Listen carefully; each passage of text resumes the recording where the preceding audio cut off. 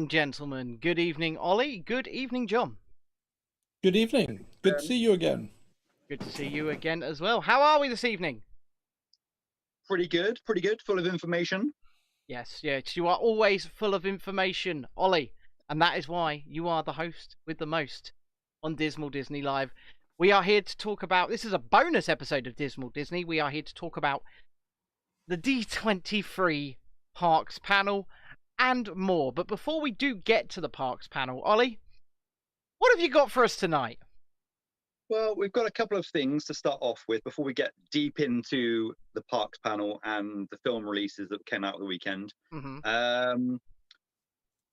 I took a poll on the Dismal Disney Twitter account this last couple of days and asked people how they were feeling about the parks news which came out of the weekend.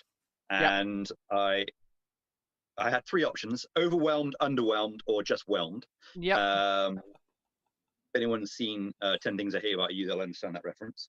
But 14% of people said that they were overwhelmed. Right. And the rest were either underwhelmed or meh about it. So I did vote in the poll, and I voted as just whelmed. Just meh. Although I would say I was preparing some video footage for Benn today for this event. Yes, you can see it. And you can see it running, and it's the first time I've seen the man you refer to as Daddy Josh. Yes. And I will give you this: he's a handsome man. He's a handsome. How do you think he gets away with what he's got away with? How do you think he gets away with it? Yeah. And we will go into what he has effectively got away with in a bit. So before we get there, Ollie, what else do you have for us? My next poll was my second poll, second and final poll was, what are your thoughts on the new Pinocchio film? 50% haven't seen and won't watch. 36% haven't seen and will watch. Right. 7% seen and liked it, and 7% seen and didn't like it. So yeah, half of people aren't going to watch it, basically. And I don't blame them, and I will give once again the advice that it is a waste of your time. It is poorly rendered, and it, as far as I am concerned, is the death knell for Robert Zemeckis' career. So, yeah, it was awful. I mean, if only it was the death knell for Disney live-action remakes, that would be good. Oh, plenty of them going on. Yeah, unfortunately, we'll get to that later. Yes, so, well, yeah, I think most of the reviews I've seen are bad. I mean, not just yours. So that seems to be the general consensus. Yeah, like I said, it's just the CGI in itself, right? Pinocchio's not even rendered properly. They didn't even bother completing it. It's awful. Yeah. Hopefully they'll send a message somewhere. Somebody will get that. So, first talking point of the day is the Disney Legends award ceremony, which happened on Friday morning. Right. It was a very shallow and backslappy affair, corporate nonsense. Of course. But there was two main talking points which came out of the Disney Legends, apart from the corporate backslapping. The first one is that the most deserving recipient out of the selection, like the last we know for like the last 10 years, most of the recipients have been like just corporate backslapping. But there was a couple of deserving ones this year. The most deserving was Don Hahn, the producer of Beauty and the Beast, Lion King, Hunchback of Notre Dame. He declined to attend the event.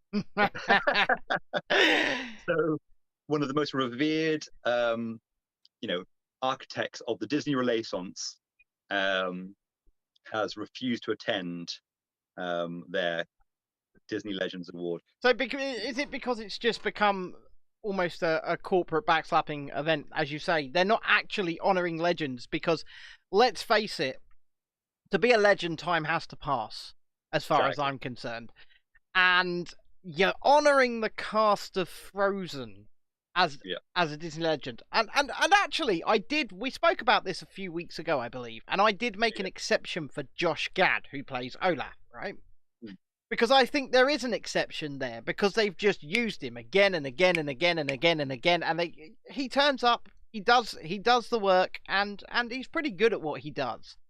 And he made a great speech, to be fair. Like, he did a really good speech, which was kind of like knowing he was actually kind of like satirical about the awarding of the awards. So he was actually kind of like, he was almost ripping a piss out of Chapek while he was stood next to him. Oh, so he was quite. It was probably the best acceptance of speech, to be fair. Yeah, that's good. Anyway, shall we move on from the Disney legends? Well, one quick other thing. Right. Chadwick Boseman's brother made an acceptance speech on his behalf, and Boseman was the other recipient, which I felt was deserved. Well, I think a posthumous award was probably warranted. Yeah, exactly. Yeah. His brother gave a very heartfelt speech, very touching, very moving, and then he ended his speech with the phrase, "Before the pandemic, Netflix had a film called Pandemic," and then he walked off. Controversial. Which I thought was incredibly brave of him. Mr. Boseman, I do doff my invisible hat to you. I do. And we need more people to be standing up and saying things like that. But we shall leave that there.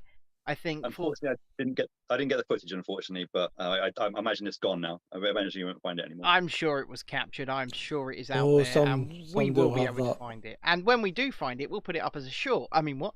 Anyway, let's move on from that, shall we? Yeah.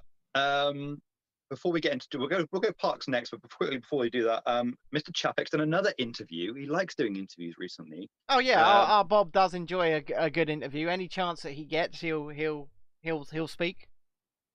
Yeah, he spoke to the Hollywood Reporter this weekend at D23. Yeah. And it was mostly corporate waffle. The only, really stupid thing he said was, "We didn't realize how much content we would need for Disney Plus." What? Yeah, literally. This is infuriating for fans of classic Disney material. Basically, anything pre 1990 or 89. Yeah. When the Renaissance started. Fans of for the last 3 years, fans have literally been screaming and shouting on social media for content to be released pre 89. Yeah, of course. Stuff with Walt Disney and it's in the vault. They could release it. It's all there. It's thousands and thousands of hours of materials to be released, and they just will not put it on Disney Plus. Well, so he made a stupid comment saying we didn't have enough content. Well, who was to know we'd need content? It's literally sitting there waiting to be used. It doesn't make any sense. It's and surely they research Netflix. I mean, Disney already own a streaming service in Hulu, so I don't understand how they wouldn't know how much content you would need. Then again, the content that is on Hulu is utter shite. I will say that for the most part.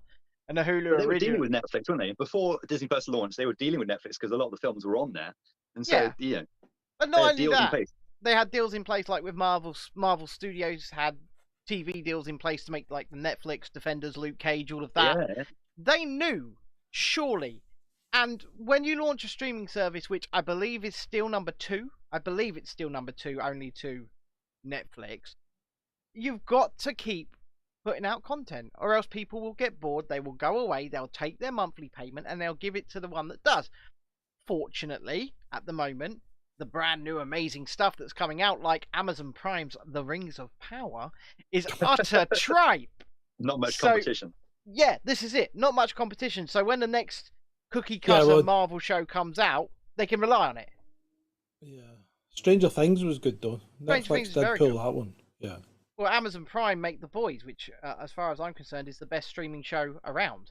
The Boys, Stranger Things, and the House of the Dragon is the best things that are on TV at the moment. House of the Dragon is A-OK as it stands. So, yeah, no, I'm with you. I also previously liked both the Umbrella Academy and Doom Patrol. Never saw Doom Patrol, but I have seen the 3 seasons currently available of the Umbrella Academy. Once again, Netflix. Once again, a very, very strong offering. And all Disney have really got for Disney Plus when it comes to, big original content that can draw to the platform. They've got Marvel and they've got Star Wars. And believe me when I tell you, they are utilizing both. I mean, God knows how many Marvel shows are on the horizon. Lots and lots and lots and lots. And I think you want but to then talk there's about... going to become a saturation point with that as well, isn't there? Like, people are going to get, well, I'm not sure they're going to get bored, but people are going to get tired of like just constant Marvel and Star Wars. And I think you wanted to talk about the Marvel Studios announcements tonight, did you not? I mean, certainly, yeah. Do you want to go into that now? We should segue over there. I think it's a good place. Let's do it. So, Marvel, well, I think as we were starting on Saturday night, Marvel had just started their announcements, and I can't remember what two they'd announced at the point when we started. But the first one we missed was they showed a sneak peek of Quantum Mania, which was not shown to the general public. It was only shown to those in the hall. Yeah. Then we got a trailer which did come straight onto social media for a surprise special, which is launching on October 7th on Disney Plus, and it was possibly my favorite thing from the entire weekend. Mine too. Werewolf by Night. It looks fantastic. It's a one-off though, isn't it? Just a one-off. Yeah, it's a one-off. Yeah. It's a one-off special, and it looks like such a love letter to them old style Universal classic monsters, Hammer horror. It's in black and white. It's a murder mystery essentially. It looks fantastic. The trailer's perfection. Yeah, it looks like, and the fact that they just managed to release it, you know, they've only announced it like a month in advance was really cool as well. Yeah, but I've known for about a year that they're making it, but we were just... Really? I'd never heard of it before. Oh, I knew they were making it. It's just when they were finally going to announce it, and it was great to see the trailer, and it really does. If you have Disney Plus, that's something you should look forward to. Werewolf by Night coming out on October the 7th, I believe. Yeah, exactly. Can't wait. What else have we got? Next one was the Secret Invasion trailer, which went online as well. It bored me. Yeah, more Shield wank. Like, literally, I'm bored of Shield. Who cares? It bored me. Although it had the scrolls in there, right? I mean, it's got scroll. I quite like scrolls. Oh, is this the return of what's his name? Samuel L. Jackson's Nick Fury. Yeah. And I think the only thing that's really that show's got going for it is both Samuel L. Jackson and Ben Mendelsohn. Otherwise, I'm over Kobe Smulders. I don't think she's a very good actress, and no. That's just my personal opinion. I know that Emilia Clarke is supposed to be in this show, as in Daenerys Targaryen from Game of Thrones. So she must... Yeah, she's not a very good actress either. But because of her standing in Hollywood, she is probably playing a very pivotal character in the show, I would imagine. She's not going to be playing just a bit part. Yeah. So next up was another average-looking... was this a film? I can't remember if it was a film, actually. Armor Wars. Armor Wars is a Disney Plus show. Yeah. So it's going to be like War Machine kind of mecha type show, I guess. Yeah, it once again, I could take it or leave it at the end of the day. Yeah. The thing about Marvel and Marvel Studios is it all just seems to be cookie cutter, and with the exception of Werewolf by Night, which looks brilliant, it looks like they want to play it safe, and they'll just give you the same thing over and over and over and over again.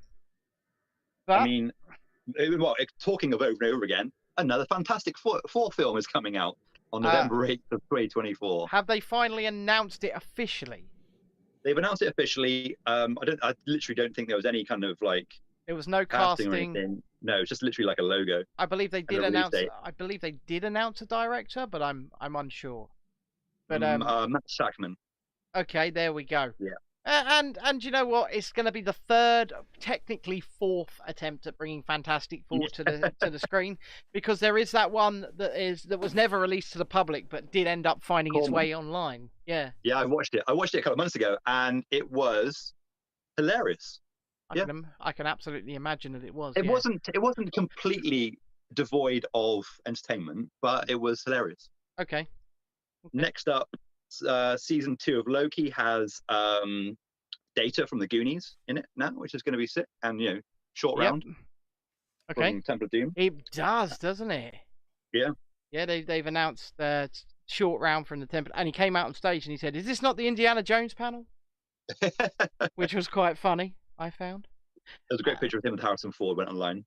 They've also announced, well, they previously announced, but they announced the main lineup for the Thunderbolts, didn't they? They did. I've forgotten it. Literally, her name has gone out. Florence Pugh, Sebastian Stan as Bucky. What's his Kurt Russell's son from the Captain America series? Wyatt Russell. Wyatt Russell, thank you. And some other people in costumes. David Harbour from Stranger Things. He's the only person who I think deserves more Marvel out of that lot. David Harbour. Yeah. They kind of did him dirty because that Black Widow film was absolutely god awful. I liked it. I think the movie is trash. And I thought Florence Pugh carried it. To be fair, I thought it was fine. I disagree with you. I think David Harbour carried it. And that's why I think he was done dirty, because he was great as the Red Guardian. He was. Daredevil Born Again has a logo. We announced the logo and everybody in the hall went, yeah! That's how much Disney have got their fans, John. They can literally put a logo on the screen and everyone in the room goes mental. It's like a cult, isn't it? It is very much a cult. It's not like a cult. As a cult. I mean, how many hundreds of dollars were the tickets to this event? I honestly didn't even look. I mean, I had no possibility of going, so I didn't even think about it. Yeah, are you not a member of D23? No, I never did. I never did join. I never joined. I mean, I always wanted to, but like, I don't know. And also, I want to make a. I want to say something. Oh, carry on, John. No, it's all right. No, carry on. I was going to say, what's with the giant plushie? That's a new character there. It's one of Duffy's friends or something. I don't know. It's a squirrel. It's dancing on the stage. But okay. So it's D23, yeah? And you only get tickets to the event if you're a member of D23. The reason it's called D23 is because Disney as a company started in 1923. Yes. Does that mean, do you mean you can only purchase tickets for D23 if you're a member of D23? Yes. Oh, right, okay. So you have you don't get tickets. Oh no, you have to pay to be a member of D23, and that's not cheap, right? Yep. And then I believe you actually have to be a gold member of D23 to pretty much guarantee you're going to get a ticket. If you're a regular pleb member paying the cheaper rate, you don't get the advanced tickets, right? And then we have 100 Years of Magic, which is starting next year in 2023. Nice logo. It's got a nice new logo. But my point here is, this is the first expo back after the alleged pandemic, right? In 2022, year 99. The expo happens every 2 years. Therefore, I think they've missed a trick here. There won't be one next year. Yeah. D23 in 2023, the 100 year celebration expo. Why did they not do it then? And I'll tell you why they didn't do it then. Because let's move on to the parks panel. Because the parks panel. Quickly, before we get to the parks panel, Tim Blake Nelson is returning as the leader in Captain America: New World Order, last seen in the Incredible Hulk, like the Abomination. Sorry. Okay, parks panel. Parks panel is the reason they're not doing it in 2023. Because that was people spend hundreds, if not thousands of dollars to go to this event, yeah? Yeah. They get on planes, they come from all over the world. I know someone who went from France. Yeah. And they expect a major announcement. They expect some kind of, exclusive juicy news. They expect confirmation of things. And what did they get, Ollie? Not very much, Ben. We went through the leaked stuff on Saturday, and before the actual panel happened on Sunday, and when we actually got to Sunday, it turns out there wasn't much more to announce at all. Mostly meet and greets, animatronics, re-themes. There wasn't really anything concrete or obviously we were talking about Epic Universe on Saturday, and that's a whole new park. Disney's already got 4 parks, so you could excuse them for not announcing a whole new park. but you'd expect them to announce a couple of e-tickets at least, wouldn't you? They have nothing. Yeah. They had nothing to announce, and they panicked. So what they did is they got the director of Frozen, the head of Walt Disney Studios, and the head of Imagineering to come out on stage and go, look at these lovely pictures of stuff that's never going to get built. Don't you like the look of these lovely things that are never going to get built? Do you think that this would be great? Do you think that this would be grand? Did any of you hear the song from Frozen? Oh, in several languages, yeah? In Chinese, Japanese, and French. Yeah. It was the most awful mashup ever. I had to sit through that.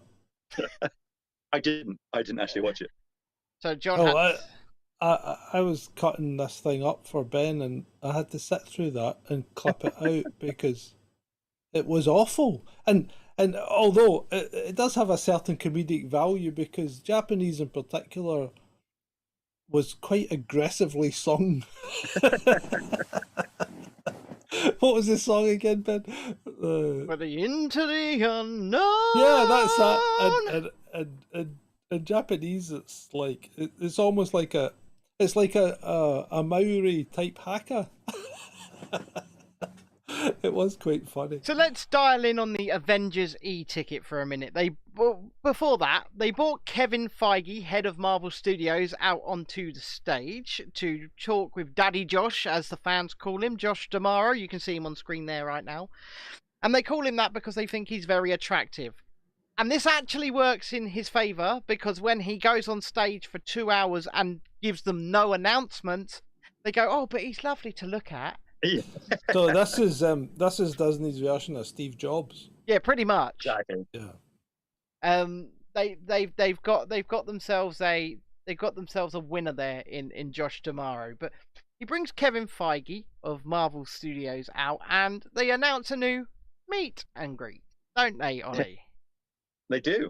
Tell us Your about the favourite, meet by and the sound greet. of things. Oh my god.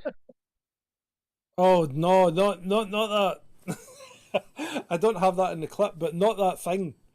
The new Not Hulk that- animatronic. Not that thing with the Hulk. Yeah. Oh my god, that was awful. That was really cringy. So tell us about Project Exoskeleton, Ollie. I didn't watch it, honestly. I have no idea. You So tell me. Disney have been working for a long time to try and build essentially robotic meet and greets for giant characters, but they're not robotic. They've got a puppeteer inside them, essentially. And they did this first in the world of Avatar with the mech suits, so they would be walking around in giant mechs, and they were pretty cool. They looked pretty cool, but they took that technology and now they've turned it into the Incredible Hulk. And a giant Incredible Hulk came out on stage in his Avengers Endgame time travel suit with a helmet on. He looked a bit like a kind of bastard mashup of Buzz Lightyear and the Hulk. Yeah, and Frankenstein's monster, because he was like this the whole time.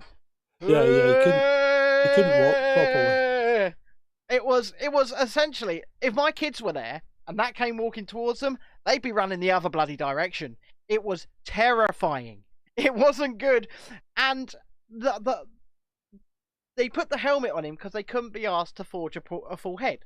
So this is the panel in the eyes with Mark Ruffalo's stupid head, as John said earlier, projected onto it. But I can see why they did that, because they were able to project an animated CGI screen of Mark Ruffalo's CGI face talking. Yeah. So if they'd built a head, how would they have done that? No, yeah, I understand your point. I understand where you're coming from, but unfortunately, I just think it looks absolutely terrible. And the Twitters disagree with us, by the way. They're all singing its praises, aren't they? Oh, Ollie? don't think for 1 minute I thought it looked good. Remember, John here is the Disney layman. He is the casual Disney goer who takes his family, doesn't know about this stuff, and just goes to the parks when he's on holiday. And if you looked at that coming towards you in the theme park, what would you do? Yeah, I'd think, what the... Well, having said that, the ones on Universal are pretty good when they do the Transformers. Yeah, they're fantastic. They're not just good, they're fantastic. And do you know what? Yeah, they are. Butlins, yes, that place, Butlins, have the same suits from the Transformers. So they've got a giant Optimus Prime that looks fantastic. They've got the same suits as Universal have got, and they look really good. That's pretty cool. Yeah, and if Butlins can do it, why can't Disney? Because Universal will license stuff out, and Disney won't. Press the button. Press the button. What, that one? That's true. That's the one. So, Avengers. The smaller announcements. Oh, sorry, you carry on with Avengers. Avengers Multiverse e-ticket attraction. What did they tell us about it? Nothing. They told us that it was going to be the multiverse where Thanos wins. A new character called King Thanos. Yeah. And that was it. They didn't tell us the ride system. They didn't tell us the specs. They didn't tell us when it would be built. They didn't tell us how big it would be. Is this an area within the park that they're going to theme? So it's Avengers Campus in Disney's California Adventure, and apparently they're building a brand new e-ticket attraction, so a large-scale attraction. Looks like an indoor dark ride themed to the multiverse where Thanos wins. And they revealed a piece of concept art with nothing except Marvel characters and Thanos in the middle. Yeah. And that was it. They didn't tell us anything about the ride.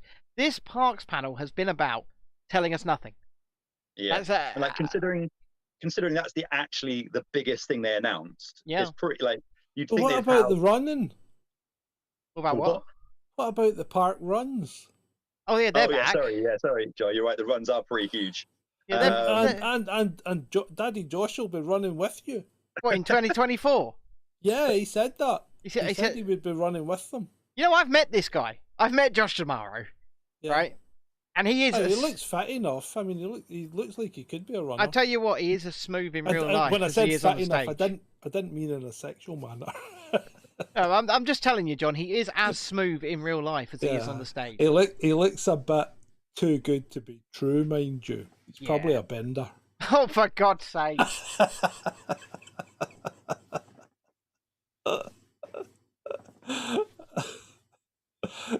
There you go. That's blowing your family-friendly image.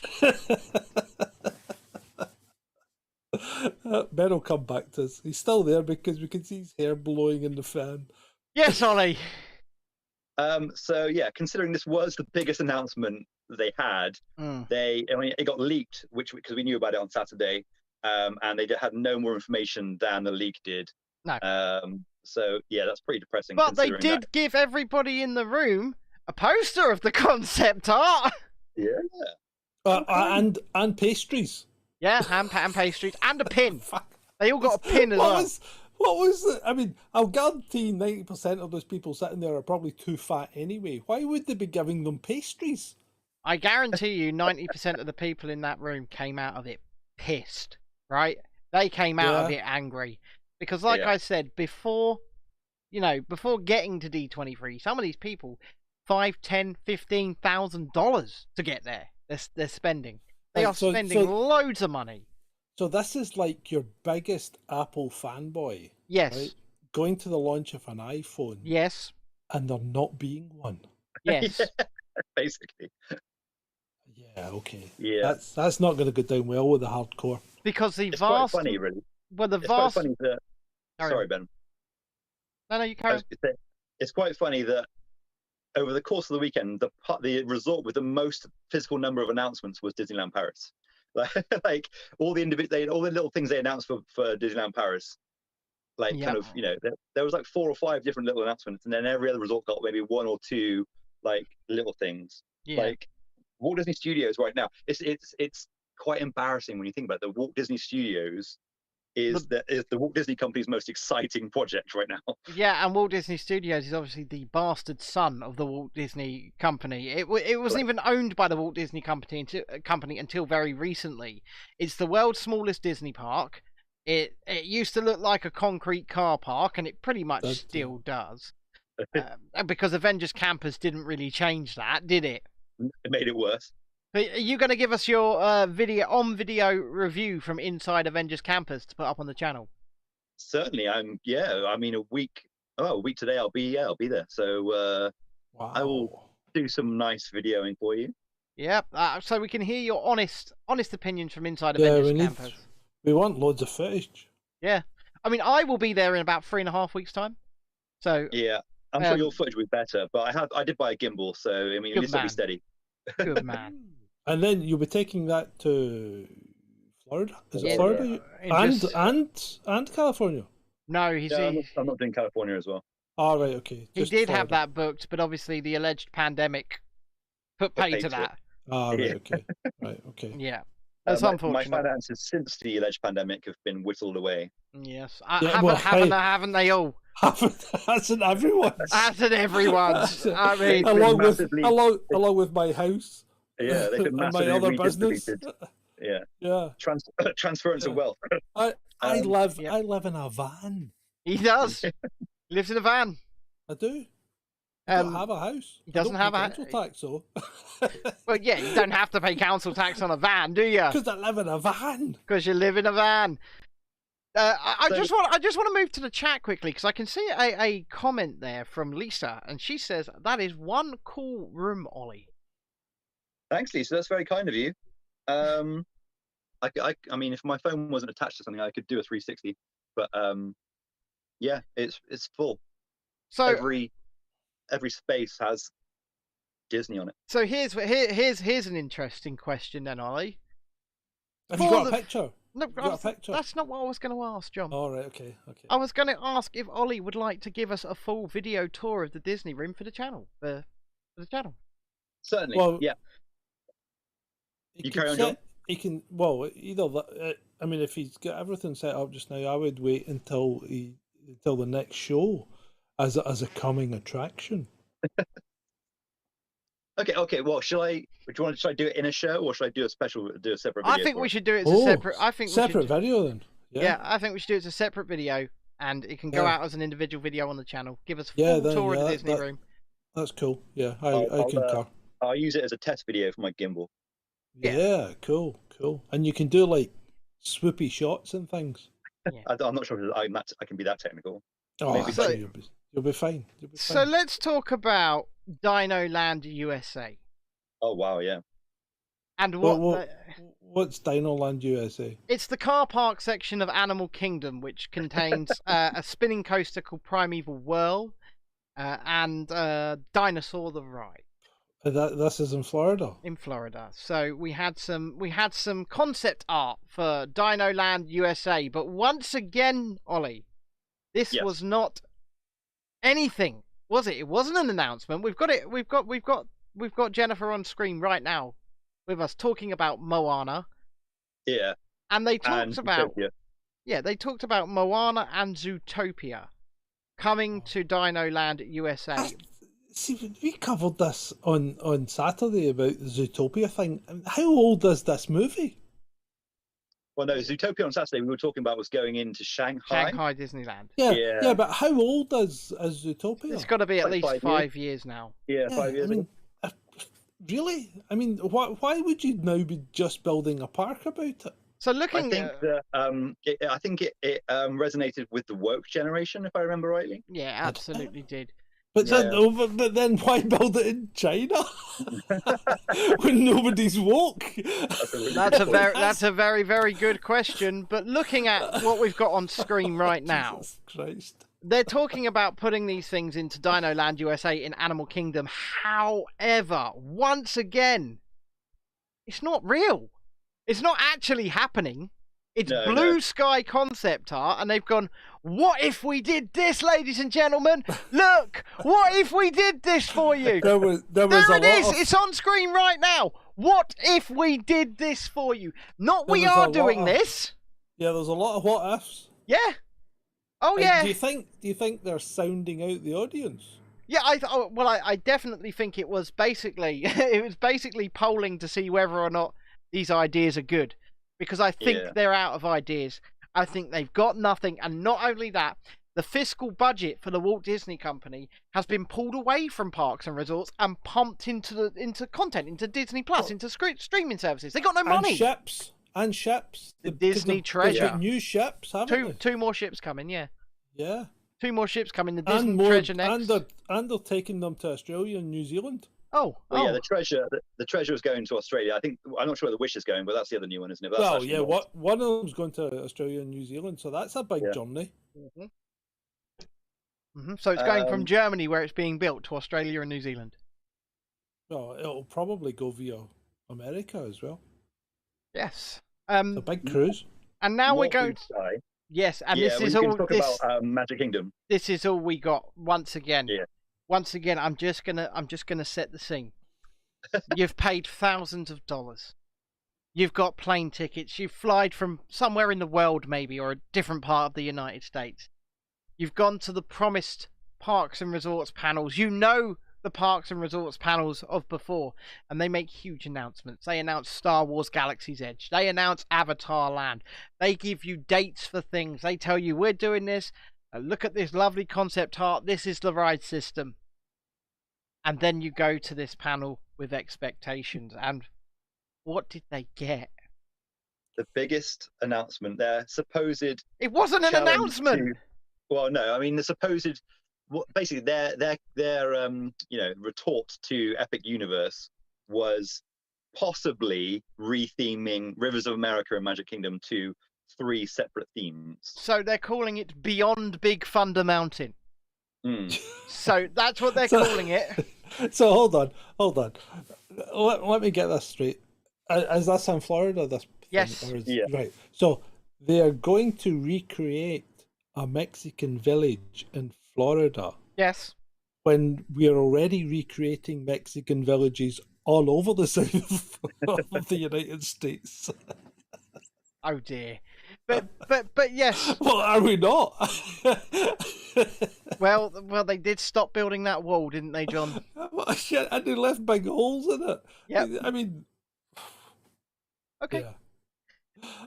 So yes, Coco is one of the lands possibly going in there, as well as Encanto and a Disney Villains land as well. Those three themes blend together so well, don't they? I know, right? Yeah. What's Encanto? Encanto's not even set in Mexico, for God's sake. In Colombia. Yeah. Oh, is that like an Inca type thing? It is Latin America. It's an enchanted house. It's an enchanted house. Yeah, it's an enchanted house with them getting magical powers from the house. Now, I know I'm the layman, but I picked up a couple of things sitting through that awful parks panel stuff. And one of the big announcements to me seemed to be that some kind of hat was going to appear in Disneyland The Hat Box Ghost! Not Disneyland Paris, it's Florida. It's going to appear in Florida. Right, okay. Where does it appear just now? It appears in Paris just now. No, it's only in California, and it's going to Florida. It's basically an animatronic. It's basically just another animatronic being announced. And yes, that would have sent the crowd mental, because the crowd loved that kind of shit. Yeah, it did. Yeah. Well, I was like, because I mean, all you could see on screen was this kind of like blue thing, and really, it didn't really convey. It looked a bit like a Cheshire cat outlined. The thing is, John, this was an animatronic which was put into the Haunted Mansion in California, like when it opened in like late 60s, and then it got taken away. It got taken away really quickly for whatever reason. I can't remember the reason. It became an urban legend, didn't it? It became an urban legend, exactly. So when they re-announced it, like about 5 or so years ago for California, everyone went crazy, and it was justifiably cool at that time. But the fact that they're using that announcement again to try and get some hype for Magic Kingdom in Florida is just pointless. Like, yeah, we've seen that. Great. It tells me they've got nothing. Exactly. They've got nothing to announce, and their biggest competitor, Universal, is building what's going to be the best themed park in the world. It's going to be the best theme park in the world, Epic Universe. I'm telling you, if we ever get to go back to America, right, then my money's on Universal. It's not going to Disney. And do you know why my money's on Universal also? Because it's rant time, ladies and gentlemen. Yeah. But if I had Disney fucking hate you. They, if you are poor, they don't want you. Okay? Walt Disney's dream, Walt Disney's vision was a place that anybody could go to, any family could go to, no matter your economic status. The Disney of Bob Chapek, the Disney of today, are saying no poor people allowed. It's even gone as far as, if you stay at their resort hotels, you're paying $30 a day to park with no discounts. Genie Plus, the only way to access fast passes, you gotta pay. If you want to guarantee you're gonna get on a certain ride, you gotta pay. It's the cost of a Disney World vacation is now in parity with a cost of a Disney cruise. And if you take a Disney cruise, you're getting all your food, you're getting all your drink, you're getting everything included. There are obviously premium upgrades and things like that you pay for. But the Disney cruise is supposed to be exclusive. It's supposed to be for the people who want to pay a little more. But now, a regular Walt Disney World vacation, I could never afford it. It costs 1/3 of the price to stay at Universal. 1/3. And that is insane. Don't tell Universal that. No, no. Universal are doing this on purpose, because Universal, instead of saying, right, we know that capacity is high in these parks and people are coming to them, we better charge more to keep the paupers out, because that's what Disney's doing. Yeah. They're saying people are coming here, and all the while people are coming here, we're going to keep raising prices so that we keep them coming, and we don't keep them coming in massive numbers. Because despite the fact that attendance at the Walt Disney World Resort is 17% down on pre-pandemic levels, it's just witnessed its biggest profits ever. Yeah. And that's because they keep raising prices. That's because they fucking hate poor people, right? They don't want you there. They say, if you haven't got loads of money to spend, don't come here. And imagine all those little kids, Mummy, Daddy, I want to go to Disney World, and they'll never be able to. And by putting the prices up and limiting the numbers artificially, they reduce the amount of staff they need as well. 100%. That's exactly it. They want less people spending more money, so they have less to spend on overheads, and they can charge people more. They make more profit, don't they? So the less, there's got to be obviously there's got to be a balance sheet somewhere which works it out. But probably lowering the numbers and raising the price is making more profit than just having more people. Yeah. Disney because don't want they're reducing overheads at the same time as increasing prices. I can't afford to go to a US Disney park. I'll be straight up with you, and I don't know if I will ever be able to afford to take my kids to a US Disney park. It's just too much money. But what Universal are doing is they're going, right, all of these people are coming in. We're getting to capacity. What can we do? Let's spread the capacity out and build another park.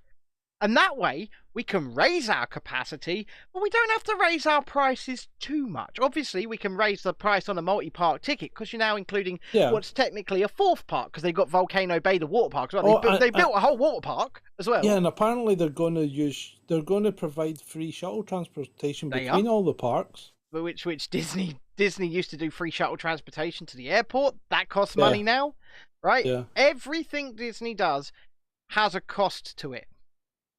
Disney used to be, and call me what you want for saying this, but Disney used to be, when I was a kid, when I went in the early 90s and the mid 90s, it was a magical experience. It was, as a kid, it made me full of wonder, and that's why I still love going to the parks today. But today, it is just money. I mean, even when it was, you could go and get a fast pass. When they first released fast pass, you just take your park ticket, you go up to the booth, you pick it, put it in, you get your time to come back to the ride. It was free. And when they ran out, It was first come, first serve at each attraction. Yeah. Now, if you want a fast pass, you've been doing it all, haven't you, Ollie?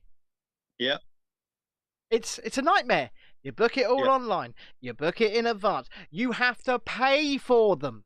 Well, I haven't actually paid for anything because I'm not going to. But you're using the DAS system. Well, yeah, fingers crossed. Yeah, as a disabled man, you're fully entitled to it. Exactly. I'm going to try and.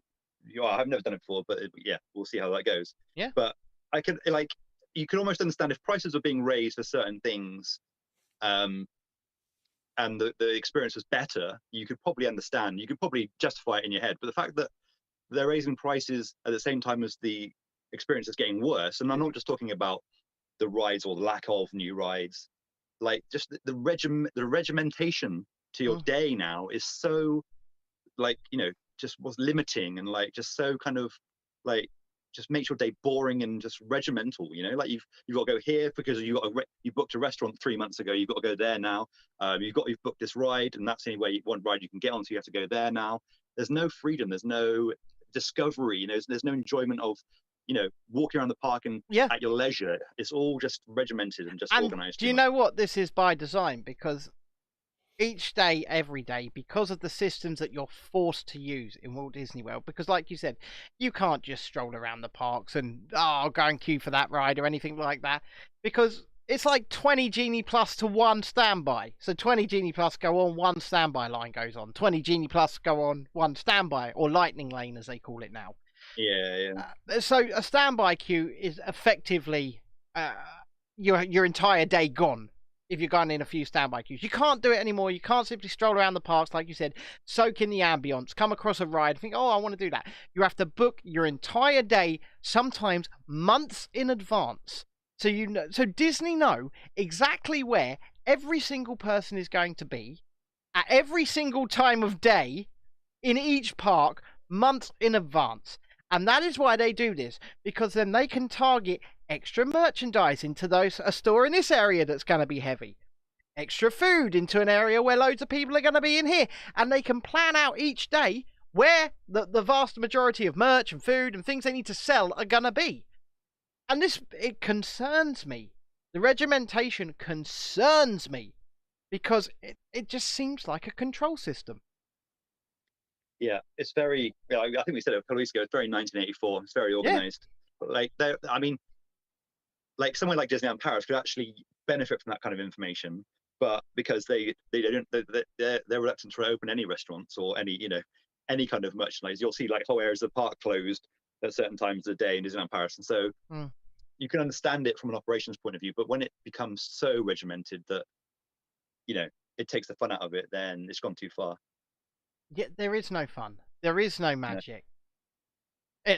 It's all gone. I mean, I remember the Osborne Lights at MGM Studios at the time, right?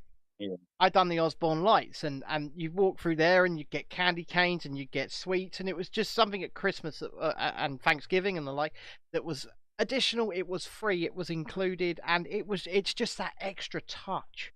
Just that extra touch. None of that happens anymore. If you want to see something like that, if you want to see something extra, you pay $130 for a party ticket. Exactly. Yeah, exactly. Yeah. It's such a damn shame. And this is coming from somebody who was an ambassador for the Walt Disney Company, but for Disneyland Paris. I was in their Inside Ears ambassador program.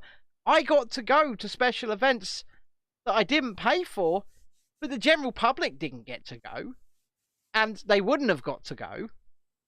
And then I did go to some of these paid for extra parties at after the fact, and they are great, and the extra touches you get are great, but it all used to be included.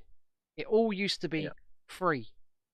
And with Florida especially, they want to control where you are at every point of every day.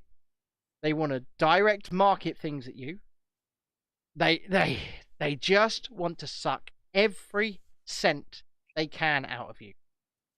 But what they're doing, Ben, at the same time is they're lying to customers, because like you said, being in Inside Ears, you were, not you personally, but I mean people that are in Inside Ears are responsible for selling the idea of going to Disneyland Paris to people. Yes. Or they obviously do it in Florida as well, and California.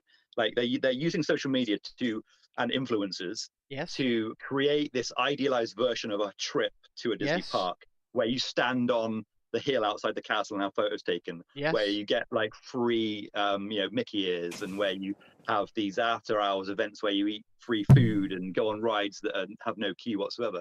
And so influencers and social media are portraying this type of experience to guests, which they're never going to have those experiences. So it's like a double-edged sword, because like they're teaching people, well, they're showing people one thing and then they're not even delivering it when you pay. Yeah. So me and Lisa, when we were inside ears, we never took a free trip. We paid our way, even when we were invited to after hours special events. We paid our way every single time. We never took any free clothes or merch or anything like that. We did go to events, and that was as far as we would go. Many of the other people in the program abused it for everything they could get, and I understand why they did it, but they abused it for everything they could get, and then like you say, they stood up on Castle Hill, a place where the general public can't go. They took pictures in their free merchandise. They sold an idealized version of a Disney trip, which the general public couldn't have, and it's shame. It really is. It really is a shame. Especially with kids growing up, like young kids in their tweens, they're going after, like 8 to 12-year-olds, especially, who they're getting like social media around those ages, aren't they, these days? And so they're the people seeing those experiences and thinking they can have them. So they're still at the age where they want to go to Disney parks, and so they're pestering their parents, "Oh, we've got to go and do this, this, and this."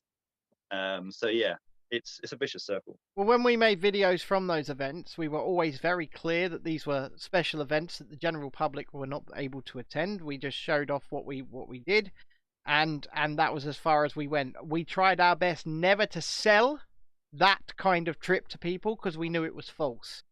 And I think that's why it was so easy for Disney to break ties with us when other people in the program decided that they were going to complain to Disney about us because we were talking a little bit too much about freedom. Yeah. Yes. Yes. Being a bit too honest. You're a bit too honest, Ben. Yeah, a little bit too honest. That's right. Disney cuts ties with disabled people, disabled ambassadors, because they talk about freedom. That happens. Yeah. Let's go back to a couple more announcements, which were, good in some ways, but underwhelming as a whole. Another Disneyland Paris announcement. We're getting a Pixar show, We Belong Together. So yeah, I'm not sure if that's going to be, that'll run concurrently with Mickey and the Magician, or whether it'll be like a replacement for it when it's not on. It looks like it's going to be a replacement for Mickey and the Magician. It's in that theater. They're not going to be running the two shows on the set. They're going to have to completely redesign the stage. It may be a complete replacement for Mickey and the Magician. It may mean that Mickey and Magician is finishing its run, and I don't know if anybody's seen it, but Mickey and the Magician is a fantastic show. It is. Oh yeah, it's the best show I've ever seen. It's really good. But like, and obviously now they've turned Cinemagic into a meet and greet, and so they could put a show in there, which would make sense, but they're not going to do that because that would cost too much money. So yeah. Yeah, they don't want to spend money. They just want to take your money, and it's like I say, it's a crying shame. And when we do get back out to Florida, I'm with John. Universal's the priority for me. It is. Universal 2025, baby. We're going to Epic Universe. We plan to be there opening day, and we're going to get there, aren't we, John? Yeah, by hook or by crook. Yes. We're going to be there opening day, Super Nintendo World, Mario Kart, baby. We'll get ourselves a coyote and get across that border. Yes, we will. We're going to ourselves. Hello, Hunt. Could I please get across the border? The other thing they tried to make big was turning is it Pacific Wharf in California Adventure into San Francisco. Yes, they announced the Big Hero 6 land for Disney California Adventure with no Big Hero 6 ride. So like all of these lands, like there's two in Animal Kingdom, 3 in Magic Kingdom, 1 in California Adventure. None of them have rides. None of them can have rides. Well, they did announce some kind of Coco ride, They did say, you could fly into the underworld on the back of one of. However, once again, they didn't actually announce. They didn't actually announce these lands. They didn't announce them. What was the aquatic thing in Tokyo? Tokyo Disney is the second park. Yeah, Tokyo Disney Sea is it's currently probably the most beautiful and well-themed theme park in the world. They are opening Fantasy Springs soon, aren't they, Ollie? Yeah, they got three new rides. I'm not sure if they're all e-tickets, but they're all pretty good rides. Yeah. Frozen, Tangled, and. What does an e-ticket mean? E-ticket means it's your premier attraction. So, like in the land, it's the big ride. It's the big attraction. Okay. Ben, this links into what we were talking about earlier. So you said earlier about how Walt wanted Disneyland to be accessible to everybody of all economic stature. And so he charged a basic flat fee for entry to the park, which was accessible to everybody. Yep. And then what you did to go on rides was you bought a book of tickets to go on rides. And so you would say, I don't know, you pay maybe $5 for a book of tickets, I'm guessing. And you would have a certain number of A tickets, you'd have a certain number of B tickets, you'd have a certain number of C tickets, and they'd all be assigned a value. And so I mean, somebody with better Disneyland knowledge than me will be able to say the exact amounts, but say like an E-ticket would be like, I don't know, 50 cents. And you might get 2 of those in your book, and they would be the biggest rides. And so you'd have to use up one of those tickets to go on one of the biggest rides. And then you'd have maybe 5 or 10 A tickets to go on the smaller rides, and they would be worth like maybe 10 cents, 25 cents, I can't remember. But so the E-ticket is the biggest ride in any park or, land area of a park. Yeah. And so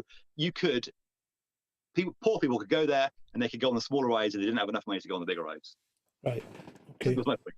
Disneyland was supposed to be enjoyed by and accessible to all, and this Walt Disney. I'm going to say something. I think Walt Disney would be turning in his grave looking at what JPEG is doing to the company. And like I said, my heart goes out to all of the children who, that want the experience I had, because we were never well off. And we were able to afford to go to Florida in the 90s and go to Disney. And it was it's something that Disney are now saying to those low-income families, simply, we don't want you. You're not good enough. Stay out.